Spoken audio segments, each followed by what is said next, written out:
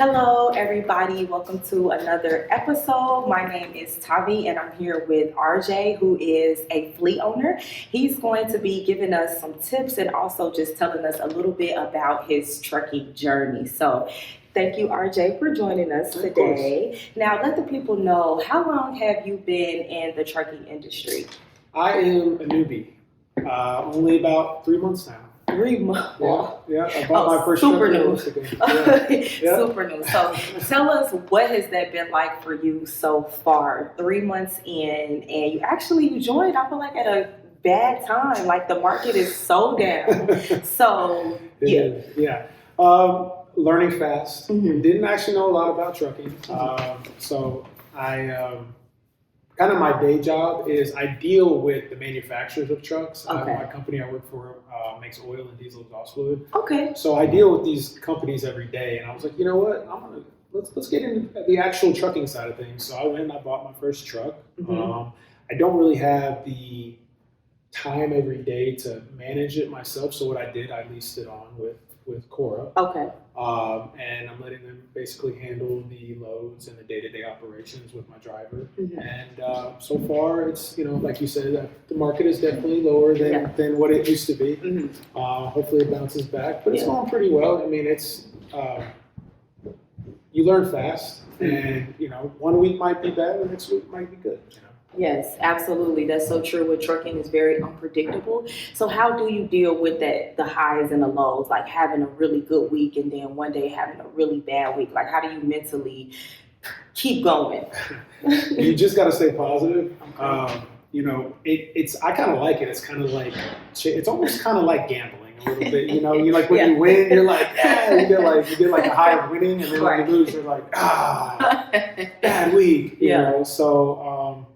But you just got to push through, stay positive, and do everything you can to maximize your profits. Oh, yep. So what is something that you would say to somebody who's thinking about me? I know you're 3 months in, but somebody who maybe is like, man, I want to try it out. I don't know what to do. What's something that you would say to them about joining the trucking industry? I would say do your research, number one. And it depends if you want to be actually an owner-operator and drive, or if you want to be a fleet owner. I'm 3 months in with only one truck, but actually today I'm on my way to purchase my second truck. Oh, awesome. So obviously I can't do that if I wasn't making a little bit of money. As soon as I leave you, I'm going to get the second truck and sign it on to Kora here and let them keep running it for me. But yeah, I mean, you just got to push forward. Do your research. That's very important. Do your research. Make sure, number one, you have to track everything. I mean, every penny, because if you just think, oh, well, I got a paycheck this week, I made money, but if you don't track every expense, from your fuel to your maintenance to all that, you're going to go out of business really quick. Wow. Now, what helped you sort of learn how to track everything, what things you should be tracking, and like what expenses you should be paying attention to? Like, do you have a mentor? Did you watch videos? Like, what was sort of your game point into learning that knowledge? All of the above, really. I have some friends that own some trucking companies, awesome. And they're the ones that inspired me to get in, actually, because they would send me, I asked to see their RCs and see their profits before I wanted to take the leap to see if it's worth it or not. Yeah. And YouTube videos are great, actually. Okay. I watched a lot of YouTube videos from everything from what kind of truck to buy, what kind of engine I should have. Wow, okay. Drivers, what parts of the country you should stay away from, what parts of the country you should be in. Good. Diesel's higher in some parts than others. Rates, you're going to get a good rate. Like coming out of Chicago, you get great rates. Coming back to Chicago, you get terrible rates. Yeah. So, very true. It's just, you got to just ride the wave, but do as much research as you can. Now, you said that you lease trucks with Kora Freight. So what made you want to go down that route versus getting a CDL, actually, being on the road? What made you want to do that way? So, basically just because I have a day job. Okay. And it takes up a lot of money. I travel a lot for a living. I'm always bouncing around the country. So that's my main focus. And then, like I said, trucking to me is a secondary source of income. That's why I wanted to find a good company, at least on to, like Kora. I did, and that's something else you got to do research on. I mean, I probably reached out to 50 different trucking companies. And then I settled with Kora because I liked everything they offered. And I came here and I met everybody. And that was what help me with my decision.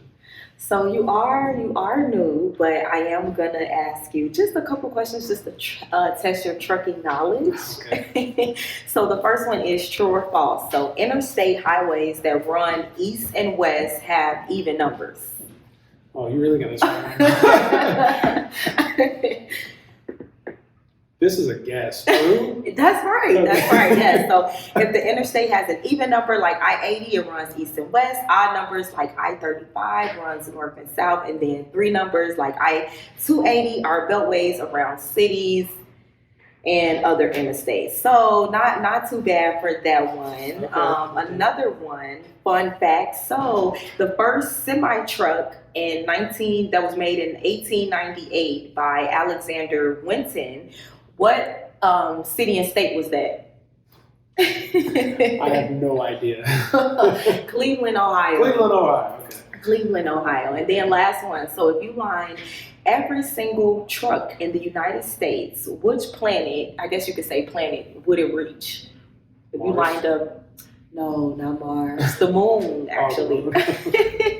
The moon, yes, the moon. That makes sense. Well, Yeah. wait, the moon isn't a planet. That's what I said. You know, So that was a trick question. It was a trick That was a trick question. Because it's not a moon. It's not a planet at all. But yeah. So just to dive back really quickly back into the trucking side of things, how long do you think that you're gonna stay in trucking? Like, is this something that you see longevity in, or you kind of just want to do it for a little bit then get out? I'm here as long as the money's here. Oh, okay. If I'm making money, I'm scaling. Mm-hmm. If I'm not making money, then I'll have to either cut back or kind of look at my best options. Mm-hmm. But as of right now, like I said, I'm on my way to buy another truck after this year. So Okay.